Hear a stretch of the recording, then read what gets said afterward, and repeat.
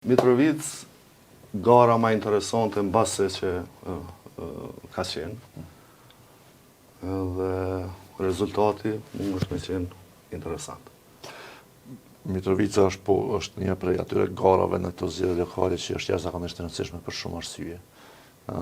Domethënë, një anë Mitrovica vetëvendosja ka dërguar një person i cili Faton Peci, pra i cili edhe ka qenë ministër dhe nuk është i vetëvendosur, që është interesant, domethënë është i listës Guxha.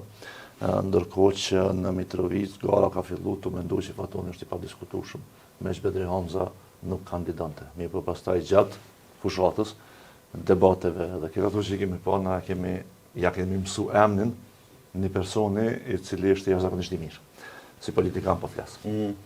Na ja kemi mësu jashtë Mitrovica e ka njohur se është nën kryetari Mitrovicës, po na nuk e kemi njohur. Dhe befasia më e madhe këtyre zgjedhjeve mendoj unë pozitive është Arjan Tahiri. Edhe këto e nin gjithandej që thojnë njerëzit. Fryma është për ta. Fryma është shumë për ta, a ka kallëzuar një maturitë të jashtëzakonshme, një kompetencë të jashtëzakonshme, dhe përgatitje profesionale që mua më ka mahnit domethënë. Dhe së këndejme e ka qitë Faton Pecin në një pozicion jashtëzakonisht problematik, cili ka filluar me agresivitet të arrogancë e pastaj ka përfunduar në një farë diskutimi që as nuk di çka janë nevojat e qytetit, as nuk i di këtë projektet që janë realizuar. Domthonë ka qenë komplet i humbur në paraqitjet e tij publike, edhe ka ndryshuar strategjinë e debatimit disa herë. Për shembull, një herë ka qenë shumë agresiv, pastaj ka qenë shumë i butë, pastaj pra ka kthyer agresiv. Shikisht pa përgatitur për garën. Edhe unë këtu mendoj që tash nuk e përjashtoj mundësinë që ka me pas balotazh në Mitrovic, me që elementi LDK atje megjithatë nuk duhet të mohohet komplet si vot, që me marrë 10%, 11% për shkak kandidatit i LDK-s, mund me shumë Mitrovicën në balotazh. Mirë, po shkuarja Mitrovicës në balotazh, unë mendoj që është garancë për Arjan Tahirin që fiton.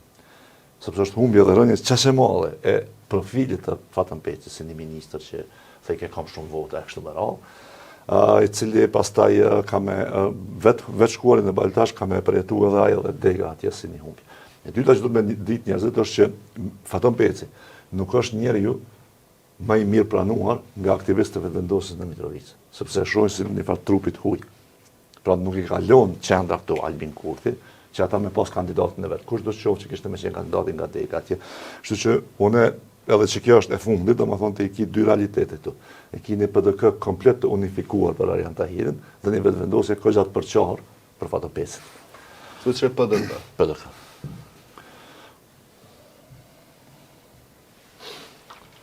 Arjan Tahiri ka gjasat pa balotazh, nëse arrin me siguru dikun 17.000 vota.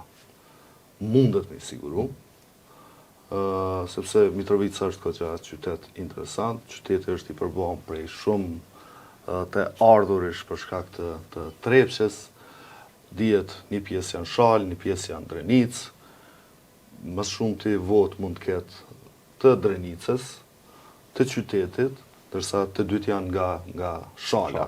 Performanca e Arjanit fantastike, djali edukum, i shkolluar mirë, basketbollist, nxënës i Bedri Hamzës, mos me harru një gjatë e tillë, se s'ka qysh me dalë ndryshe, ndërsa zoti Peci mendoj që e ka penalizuar jashtëzakonisht shumë, pse nuk është i vetëvendosës. Ne, dyta aferat e dyshuara korruptive. Mos ta harrojmë, është në nënhetime për një kontratë shumë problematike për mbjetjes shtatësore, subvencionet e ndryshme, e tjera të cilat vetëvendosje ka vendos t'ja qaj në këtë profil Mitrovicës, mbas edhe duke nënçmu pak. Prandaj, balotazh mund të ketë, por garën e fiton zoti Arjan Tahiri. Ushtria? Ushtria është komunë që ka me pas balotazh mendoj. Këtu gara është mes PDK-s edhe unë e shoh vetëvendosës. Nuk e përjashtoj rëndësinë e Xhafer Tahirit si kandidat LDK-s, se ka qenë kryetar komunë, por prapë është një prej atyre figurave që ka qenë konsumum, ka qenë kryetar kështu me radhë. Ndërkohë që këtu, domethënë zgjedhjet e kaluara, ushtria ka qenë një prej befasive, mos harrojmë. Kryetari aktual atje nuk ka qenë favorit për me fitu garën edhe fitoi.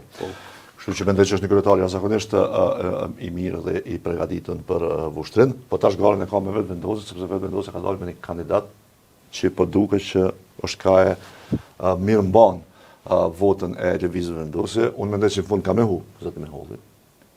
Ushtrin, mirë po ka me bogar. Nuk është për atyre personave që mund është me, se me thonë, është me shpërfil. Pra, fiton në fund PDK-ja dhe kryetari aktual i komunës, apo ja. Po.